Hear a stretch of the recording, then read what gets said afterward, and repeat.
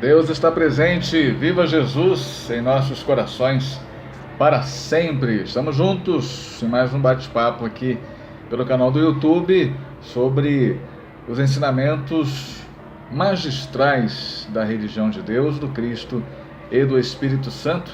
Tenho sempre me debruçado, eu tenho sempre sido amparado por essa doutrina ecumênica, porque ela invade o coração, estabelece morada, ele preenche todos os espaços. Se todos os espaços são preenchidos, não existe vazio, né? E é muito ruim sentir vazio na alma, no coração. Por isso, nada mais oportuno do que a gente retribuir por meio da gratidão aquilo que a gente tem recebido. Seja você de qual classe social for, de qual partido político for, oposição ou situação, o importante é a união. Muita gente fica perseguindo os outros gratuitamente, só porque o outro está tendo a oportunidade de aparecer um pouco mais, deixa a pessoa trabalhar, né? O maior discurso de um homem são as suas obras. Quem disse isso? Beleza, é isso aí. É o autor dessa obra aqui, ó. O jornalista e escritor Paiva Neto, presidente pregador da religião de Deus, do Cristo e do Espírito Santo, bem como essas outras duas aqui, que estão em destaque. A Missão dos 70 e o Lobo Invisível, entre aspas. Os mortos não morrem. Duas obras extraordinárias que você não pode deixar de adquirir, porque ela vai levar justamente paz. E levando paz, estabelece-se a união. E quando você tem união no coração, você não vai ficar de picuinha ou tentando captar aquilo que de errado existe numa pessoa, em Beltrano, em Cicrano, ou em organização B, ou em governo C. A gente vai deixar o povo trabalhar e a gente vai perceber que através do trabalho, dando oportunidade para quem direito pode fazer alguma coisa, de mostrar aquilo que é possível realizar em favor da coletividade. Vou abrir uma página desse livro aqui, eu quero dedicar a todos vocês. Vamos lá, abrir uma página aqui, fechar os olhos. Muito bem. 50. O que nos sustenta é a misericórdia de Jesus. Eu particularmente gosto muito quando o irmão Paiva, nas suas preces, ele destaca isso. O que nos sustenta é a misericórdia de Jesus. Gente, todo mundo tem os seus desafios, todo mundo enfrenta as suas lutas, todo mundo, mesmo sendo ilimitado, ou seja, a gente tem aí um horizonte muito gigante pela frente de possibilidades de conquistas íntimas e também materiais.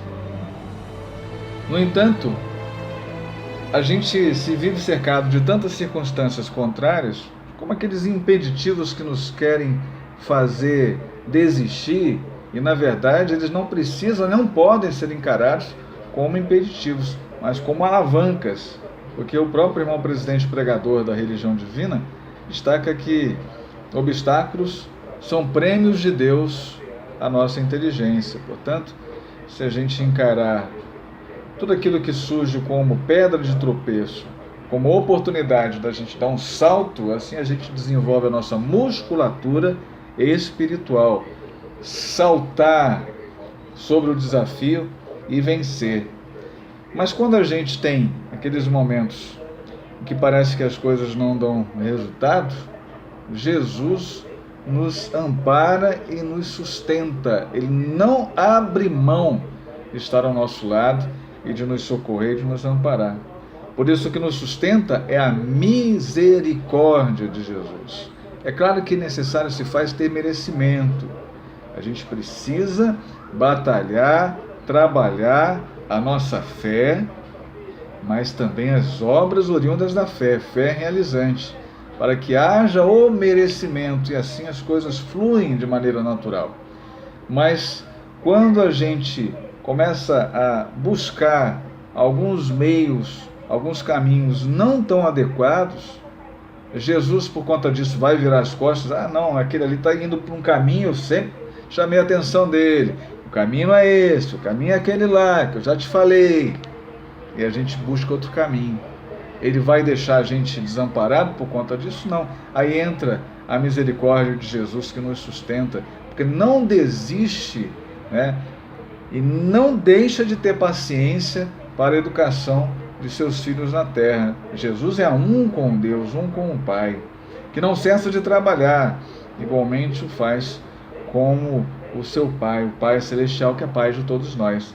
Então, que creamos sempre de que, seja qual for o obstáculo, estaremos sempre amparados pelo Divino Protetor, que é Jesus, que é o Criador deste planeta, nos acolheu para que possamos evoluir através das múltiplas reencarnações na lei do renascimento, na lei universal da reencarnação.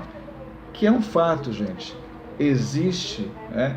E a gente precisa crer nisso de maneira muito profunda, como esse instrumento educativo para os corações.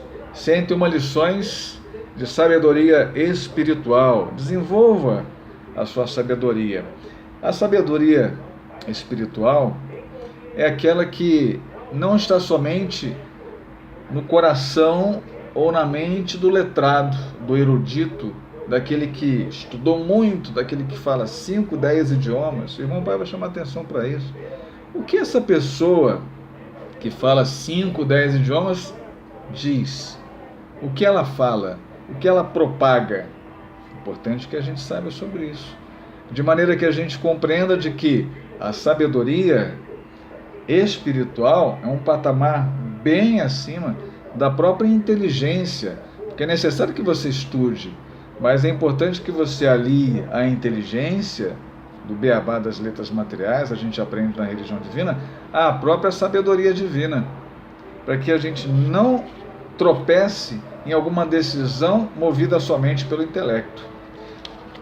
Eu tenho aqui uma passagem da Bíblia Sagrada, em Mateus, Evangelho do Cristo segundo Mateus capítulo 15, na tradição dos anciãos, que é muito necessária para a gente se livrar de um fermento perigoso. Jesus chamava atenção a respeito desse fermento, que é a hipocrisia. O que é a hipocrisia? Se não você bater no peito, meu irmão, faça isso, o caminho é esse, né? Diga, faça tudo aquilo que eu estou dizendo. E você, longe desse que você está dando um sermão ou um conselho, seja lá como você quiser se referir, você está nas costas dele fazendo totalmente ao contrário.